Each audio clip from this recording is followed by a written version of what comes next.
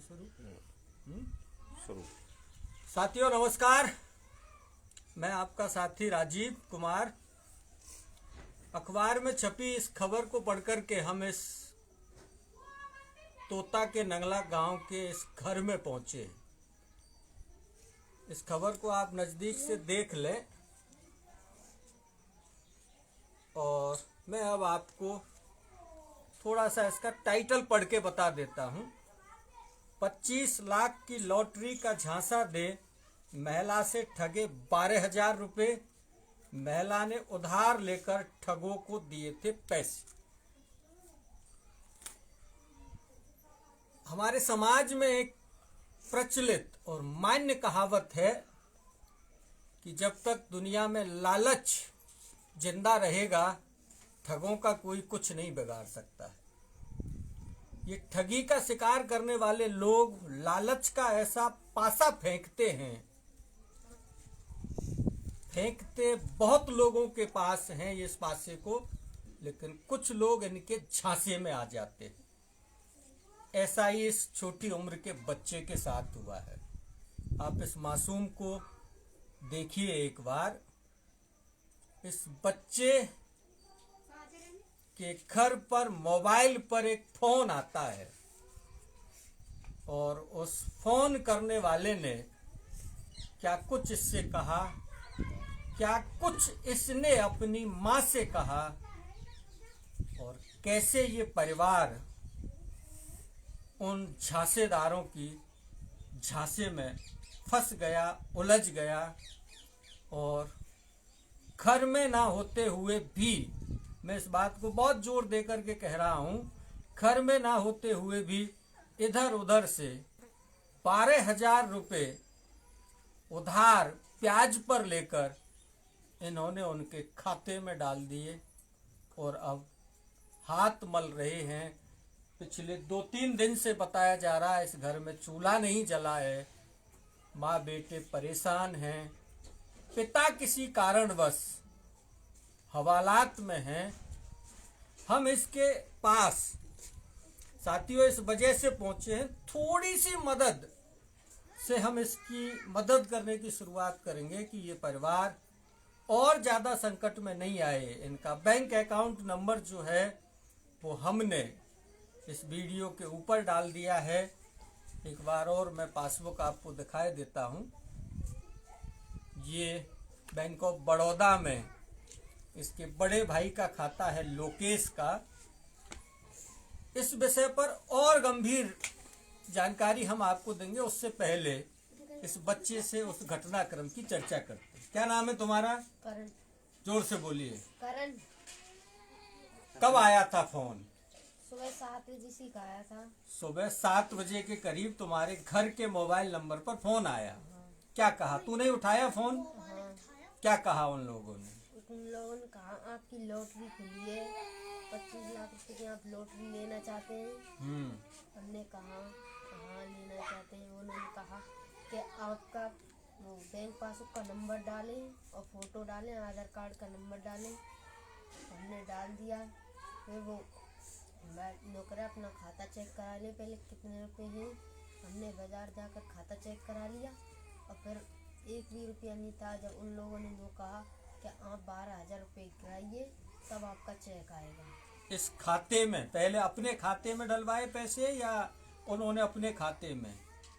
उन्होंने डलवाए थे। हमने डलवाए उसके खाते में। उन्होंने अपना खाता नंबर दिया होगा। हाँ। अच्छा करण, एक बात बता, बहुत ईमानदारी से बता। जब फोन आया, तुम्हारे पास फोन आया, तुमने फोन उठाया और उन्होंने कहा कि 25 लाख रुपए की लॉटरी निकली है, तो तेरे दिमाग में कोई बात नहीं आई कि किस बात की लॉटरी, किसकी? हमने तो कोई लॉटरी खेली नहीं, कोई नंबर लगाया नहीं, हमारी लॉटरी कहाँ से निकल आई? कुछ तो दिमाग में आया होगा तुम्हारे में कि सीधे ही उन्होंने कहा कि तुम्हारी 25 लाख की लॉटरी निकली है, तो 25 लाख रुपए कम तो होते नहीं है, 100, 200, 500 रुपए की तो बात नहीं है। तुमने कैसे भरोसा किया कि 25 लाख रुपए हमको मिल जाएंगे? उन्होंने ये बताया कि आपका पिता जेल में बंद है, आपका भाई मर चुका है, इसलिए आपकी मदद कर रहे हैं। जब हम उनकी बातों में आ गए। दोबारा से कहिए। उन्होंने तुमको ये जानकारी भी दी हाँ कि तुम्हारे पिता जो हैं वो जेल में बंद हैं और तुम्हारे भाई की मौत हो चुकी है, इसलिए हम तुम्हारी मदद कर रहे हैं, या लॉटरी निकली है तुम्हारी? मदद कर रहे हैं लॉटरी की तरफ से। अच्छा, उन लोगों का कहना ये था कि तुम्हारे घर में ऐसी घटनाएं हुई हैं, इसलिए हम तुम्हारी क्या कर रहे हैं? मदद करना चाहते हैं, लॉटरी के जरिए तुम्हें पैसा देना चाहते हैं। तो अगर वो लोग ये बात नहीं कहते, कौन सी, कि तुम्हारे पिता जेल में हैं और तुम्हारा भाई मर गया है, तब भी तुम भरोसा कर लेते उनकी बात का। तो उन्होंने यूं जोड़ा उस बात को। क्या कहना था उनका? दोबारा से बताओ। वो कह रहे इधर इधर देख के बताओ। वो कह रहे थे आपका पिता बंद है जेल में, आपके भाई मर चुके हैं, इसीलिए आप बहुत गरीब हैं, आपकी मदद करना चाहते हैं, इसीलिए हमने उनकी बातों पे विश्वास कर लिया। इसका मतलब उन लोगों के पास इस बात की भी जानकारी थी तुम्हारे घर परिवार से जुड़ी हुई। ऐसे पता नहीं मेरे को, लेकिन वो कह रहे थे तब विश्वास किया हमने। अच्छा, तुम्हें ये चीज तो पता नहीं है, लेकिन उन्होंने जब इस बात का जिक्र किया तो तुमको भरोसा हो गया कि हो सकता है कोई हमारी मदद करना चाहता है। फिर आगे क्या किया तुमने? ये बात किसको बताई? किसी को नहीं बताई हमने। नहीं, घर में तो बताई होगी किसी को, माँ को। माँ को बताई नहीं। फिर माँ ने कही तो करना चाहते, चलो बाजार पहले खाता चेक करा ला। अच्छा, फिर तुम खाता चेक कराने गए अपना, उसमें कोई पैसा नहीं था। फिर दोबारा फोन आया उनका? हाँ अच्छा, उसी दिन? हाँ। फिर क्या कहा? जब नो कर रहे आप 12,000 रुपये गिराओ, आपका चेक तब आएगा। फिर उन्होंने तुमसे कहा कि हम तुमको कोई खाता नंबर दे रहे हैं, हाँ उसमें तुम 12,000 रुपये डलवाओ, तब तुमको 25 लाख का चेक आएगा। आएगा। खाते में पैसा आएगा या चेक आएगा? चेक आएगा। अच्छा, उन्होंने फिर तुमसे कहा कि तुमको 25 लाख का हम लोग क्या भेजेंगे? चेक भेजेंगे। फिर 12,000 रुपये की व्यवस्था तुमने कैसे की? हमने पहले एक वो गयाना वाले आदमी को फोन किया, हमारे जानकार को। उन्होंने कहा कि आपको 10,000 रुपये किस लिए चाहिए। उन्होंने मना कर दिया था किसी को नहीं बताना, इसीलिए हमने नहीं बताया। किन्होंने मना कर दिया था? उन्होंने फोन किया था। फोन करने वालों ने? हाँ जिन्होंने तुमको फोन किया उन्होंने मना कर दिया कि ये पैसे के बारे में किसी को तुम बताना मत। हाँ। अच्छा, फिर हमने अपने इस पड़ोसी के पर नंबर पर कॉल किया। वो नो करे क्या जरूर काम, लेकिन वो नो करे मैं गिरा रहा हूँ। 6,000 गिराए थे पहले, फिर हम लोग करे 6 की व्यवस्था हुई है उन लोगों से। जब वो करे 6 और दो, जब हम लोग अच्छा, पहली बार में तुमने 6,000 रुपये डाले उनके खाते में? हाँ, तो उन्होंने करे 6,000 से कम नहीं चलेगा, 6,000। जब तो दोबारा ये पैसा तुमने किसी से फोन पे से डलवाया या बैंक में जाके उनके खाते में डलवाया? फोन पे से। अच्छा, उनका जो खाता था, उनके जो मोबाइल पर जो उन्होंने नंबर दिया, उसमें फोन पे से तुमने वो 6,000 रुपये डलवाए पहले। हाँ। फिर हमने उसको दोबारा किया कि 6,000 से नहीं रहा, 6,000 और गिराओ। जब उसने दूसरे पैसे फोन करके कई जानकार से उसने गिराए थे 6,000 रुपये और। फिर 6 दूसरे से गिराए। हाँ तो कुल मिलाकर के 12,000 रुपये तुमने उधार लिए। हाँ। तुम्हारे घर में तो पैसे नहीं थे। माँ क्या काम करती है तुम्हारा? माँ कुछ भी काम नहीं करती। मेहनत मजदूरी करके जो कुछ गुजारा है उसी से चल रहा है। अब ये 12,000 का कर्जा हो गया। हाँ। दिवाली का त्योहार सर पर है, अब कैसे व्यवस्था करेंगे? इन 12,000 को कैसे चुकाओगे? ये जो 12,000 का कर्जा हो गया दूसरे का, इसको चुकाने की क्या व्यवस्था है? अब काम कर चुकाएंगे इधर उधर से। ब्याज और चलेगा? ब्याज चलेगा। साथियों, यहाँ इस बात में कोई शक नहीं है कि ये छोटा बच्चा है, मासूम बच्चा है, और जिस तरह से वो लोग अच्छों को अपने झांसे में ले लेते हैं, अच्छे लोग उनके झांसे में आ जाते हैं, क्योंकि उनके पास लालच के ऐसे पासे होते हैं फेंकने को इनके लिए भी उन्होंने एक पासा फेंका और उस जानकारी का पासा फेंका कि तुम्हारे घर की माली हालत अच्छी नहीं है, तुम्हारे परिवार की स्थिति अच्छी नहीं है, तुम्हारे पिता जेल में हैं, तुम्हारे एक भाई की मृत्यु हो गई है, हम तुम्हें 25 लाख रुपए देना चाहते हैं। बच्चा और उसकी माँ झांसे में आ गए और झांसे में ऐसे आए कि उन ठगों को 12,000 रुपये, तो 6,000 की 2 किस्तों में 12,000 रुपये इन्होंने डाल दिए। वो 25 लाख तो ना तो आने थे और ना आएंगे। 12,000 का इस परिवार पर एक कर्ज हो गया है। अखबार में खबर छपी और उस अखबार में छपी खबर को पढ़ने के बाद घूमते घामते हम फत्ते जाटव के घर पर पहुंचे हैं। इसका नाम है करण और बड़े भाई का नाम लोकेश का बैंक अकाउंट खाता मैंने इस वीडियो में ऊपर डाला है, IFSC कोड भी डाला है। एक बार मैं आपको वो खाता संख्या पढ़ के और सुना देता हूं। अकाउंट नंबर है बैंक ऑफ बड़ौदा का 25478100037273 और इसका जो IFSC कोड है BARB 0BAYAN। इस परिवार को इस समय कोई लाखों रुपयों की जरूरत नहीं है। हमारा उद्देश्य केवल, अगर आप बहुत साफ शब्दों में समझ पाए हो तो कम से कम आप 5-10 लोग मिलकर के इनको 12,000 रुपए की व्यवस्था कर दीजिए और इस 12,000 रुपए की व्यवस्था में अपनी बहुत न्यूनतम जरूरतों के बीच में से 500 रुपए देकर के हम इसकी शुरुआत करते हैं।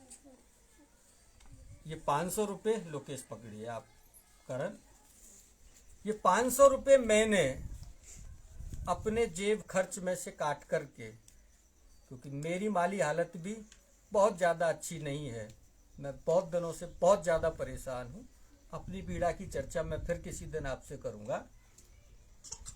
अब इसको 11,500 रुपए की जरूरत है। मेरे जो दिमाग में चल रहा है वो ये है कि घर में कोई कमाने वाला नहीं है, ये जो कर्जा है ये इनके जीवन पर भारी नहीं पड़ जाए तो कम से कम गलती इनकी है, इसमें कोई दो राय नहीं, कोई शक नहीं, लेकिन कम से कम मिलकर के हम समाज के सामाजिक लोग मिलकर के कम से कम इस मासूम बच्चे से हुई गलती का खामियाजा इन्हें इतना नहीं भुगतना पड़े, क्योंकि मुझे नहीं पता कि क्या परिस्थितियां हैं, लेकिन कई परिवार ब्याज के बोझ के नीचे भी इतना दब जाते हैं कि उससे उबरना भी उनके लिए बहुत मुश्किल हो जाता है।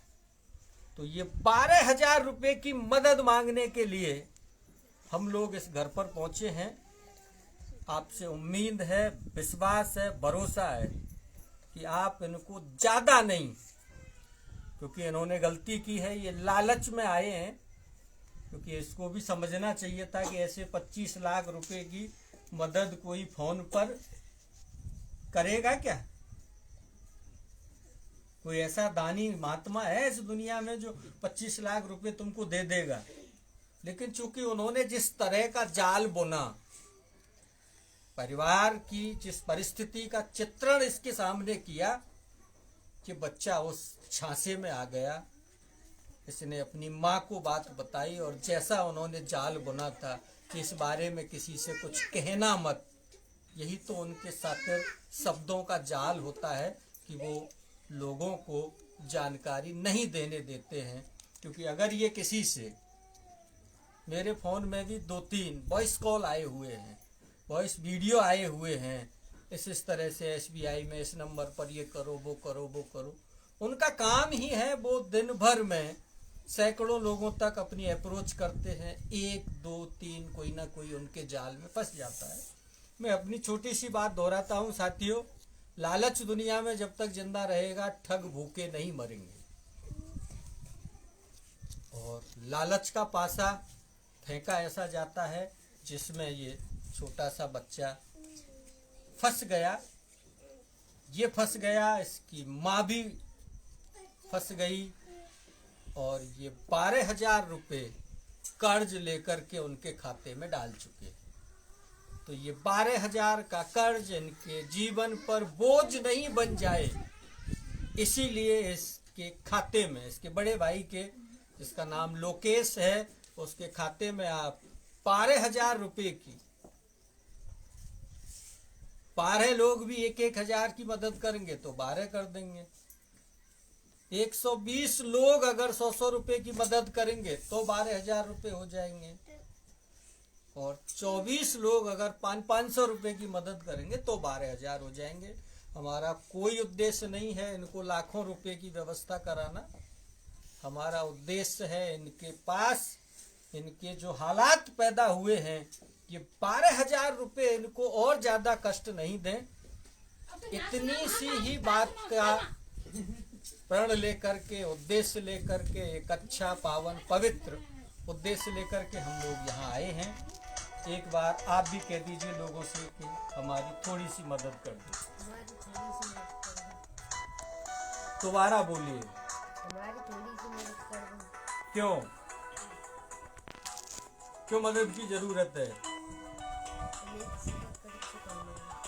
ये जो कर्ज हो गया है, इस कर्ज को चुकाना है इस समय, क्योंकि ये कर्ज भी बोझ बन सकता है। हालात घर के जैसे हैं। मैं अब आपको एक नजर से इसके घर के हालात दिखाई देता हूं। ये आप देख लीजिए, ये चूल्हा है, ये इनकी तंग हाल जिंदगी है। एक कोठरी है रहने के लिए, जिस एक कोठरी में ये परिवार रहता है। और ये बहुत सारे लोग जो हैं वो यहाँ देखने के लिए आ गए हैं। गरीब हालत में ये परिवार अपना जीवन यापन कर रहा है। तो मैं अपनी बात फिर से रिपीट कर रहा हूँ इस लोककरण को तुम लोगों को दिखाते हुए। इस समय 12,000 रुपये इनके लिए बहुत बड़ी बात है, क्योंकि तंगहाली में जीने वाला ये परिवार थोड़ा सा उबर जाएगा, अन्यथा ये 12,000 रुपये और इन पर चलने वाला ब्याज इनके लिए मुसीबत का सबब बन जाएगा। साथियों, बहुत सारी उम्मीदों के साथ आप सबका बहुत बहुत धन्यवाद, आभार, नमस्कार। आशा है आप निराश नहीं करेंगे। बहुत बहुत धन्यवाद, आभार, नमस्कार।